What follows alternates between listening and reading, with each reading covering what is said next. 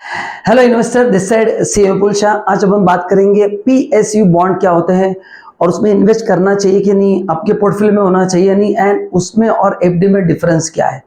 तो आइए डिटेल में जानते हैं। बट आगे बढ़ने से पहले आप अगर मेरे चैनल पे फर्स्ट टाइम आए तो चैनल को सब्सक्राइब करना है, एंड वीडियो अच्छा लगा तो बाद में उसको लाइक भी करना है।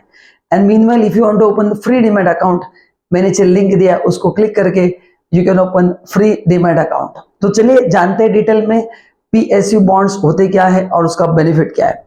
So basically these are the financial instruments which are issued by government owned corporation. अब ये लोग पैसा जो रेज करते हैं through bond might be for expansion और for their operation lead they raise the money. As a investor इसमें आपको दो बेनिफिट्स है। पहला, आपको इंटरेस्ट मिलता है, एंड दूसरा, ये सेकेंडरी मार्केट में ट्रेड होते हैं। So these are tradable on stock exchange. तो आप जब भी चाहे उसको आप क्या कर सकते हैं, आपके हिसाब से सेल कर सकते हैं। तो ये था पहला पॉइंट कि एग्जैक्टली बॉन्ड्स होते क्या है।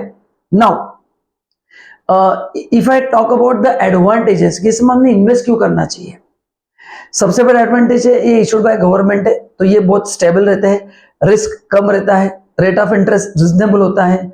मेन क्या है, जो कॉन्जर्वेटिव टाइप ऑफ इन्वेस्टर है जिनको रिस्क मिनिमम लेना है, and those who want fix returns, उनके लिए परफेक्ट कॉम्बिनेशन है। और बेसिकली ट्रस्टवर्दी होता है, गवर्नमेंट है, डूबने का कोई चांस नहीं है। तो ये उसके बहुत सारे बेनिफिट्स है। नाउ तीसरा पॉइंट अपन डिस्कस करेंगे, सर प्राइवेट बॉन्ड्स भी होते हैं और ये पीएसयू बॉन्ड्स भी होते हैं, दोनों में फर्क क्या है।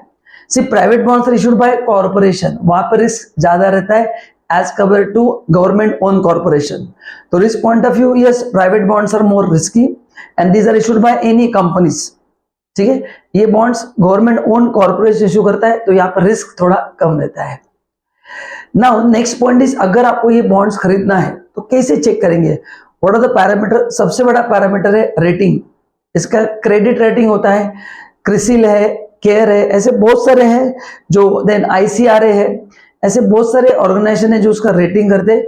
रेटिंग के बेसिस पे आपको डिसाइड करना है कि कौन से बॉन्ड्स में जाना है एंड कौन से बॉन्ड्स में नहीं जाना है। And coming to the main question, obviously जहां पर रिस्क कम रहता है रिटर्न कम होते हैं, तो हमने इसमें इन्वेस्ट करना चाहिए क्या। यस, आपका जो पोर्टफोलियो है, सपोज आपने पोर्टफोलियो में 100 रुपए इन्वेस्ट किया है, तो उसमें इस तरह की इन्वेस्टमेंट 5 to 10% होना जरूरी है टू बैलेंस द रिटर्न, क्योंकि मार्केट हमेशा अपवर्ड नहीं रहेगा, हमेशा डाउनवर्ड नहीं रहेगा। तो आपको पोर्टफोलियो बैलेंस करने के लिए इस तरह के इन्वेस्टमेंट्स होना जरूरी है। नाउ अभी अगर ये आपको खरीदना है तो कैसे खरीदना है, तीन ऑप्शन है। एक ऑप्शन आईपीओ होता है, दूसरा आप किसी एजेंट के थ्रू खरीद सकते हैं, या तीसरा फाइनेंशियल इंस्टीट्यूशन। तो तीनों में से आपके लिए जो फिजिबल है उस समय जो ऑप्शन अवेलेबल रहेगा आप खरीद सकते हैं। And now if you want me to compare bond versus fix deposit, तो उसमें दोनों में फर्क क्या है। सी, फिक्स डिपॉजिट में आपको बेनिफिट ओनली इंटरेस्ट के फॉर्म में मिलता है, बॉन्ड्स में इंटरेस्ट का बेनिफिट मिलेगा प्लस मार्केट एप्रिसिएशन भी मिलेगा। इसका एक मैंने वीडियो ऑलरेडी बनाया है, आप उसको जरूर देखना।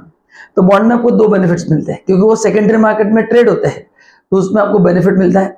Second thing, rate of interest के हिसाब से पूछेंगे तो बॉन्ड का रेट ऑफ इंटरेस्ट थोड़ा एफडी से ज्यादा हायर होता है। सो एफडी का 6% रहेगा, तो बॉन्ड का 6.87, 1-1.5% का फर्क है, बहुत बड़ा डिफरेंस नहीं है, बट यस बॉन्ड का रेट ऑफ इंटरेस्ट एफडी से ज्यादा होता है। Risk point of view, bank का एफडी जो होता है वो 5 लाख तक सिक्योर्ड होता है, आपको पता रहेगा। यहाँ पे गवर्नमेंट का है तो वो कोई प्रॉब्लम नहीं, गवर्नमेंट डूबने का स्कोप नहीं है, तो they are 100% secured. Income tax point of view बात करेंगे तो अगर आप टैक्स सेवर एफडी करते हैं तो आपको एटीसी में 1.5 लाख का बेनिफिट मिल सकता है। एंड ये जो बॉन्ड्स है, नॉट ऑल बट कुछ स्पेसिफिक बॉन्ड्स, उसमें भी आपको इनकम टैक्स का बेनिफिट मिलता है। एंड जो इंटरेस्ट आपको मिलेगा उस पर टीडीएस एप्लीकेशन है।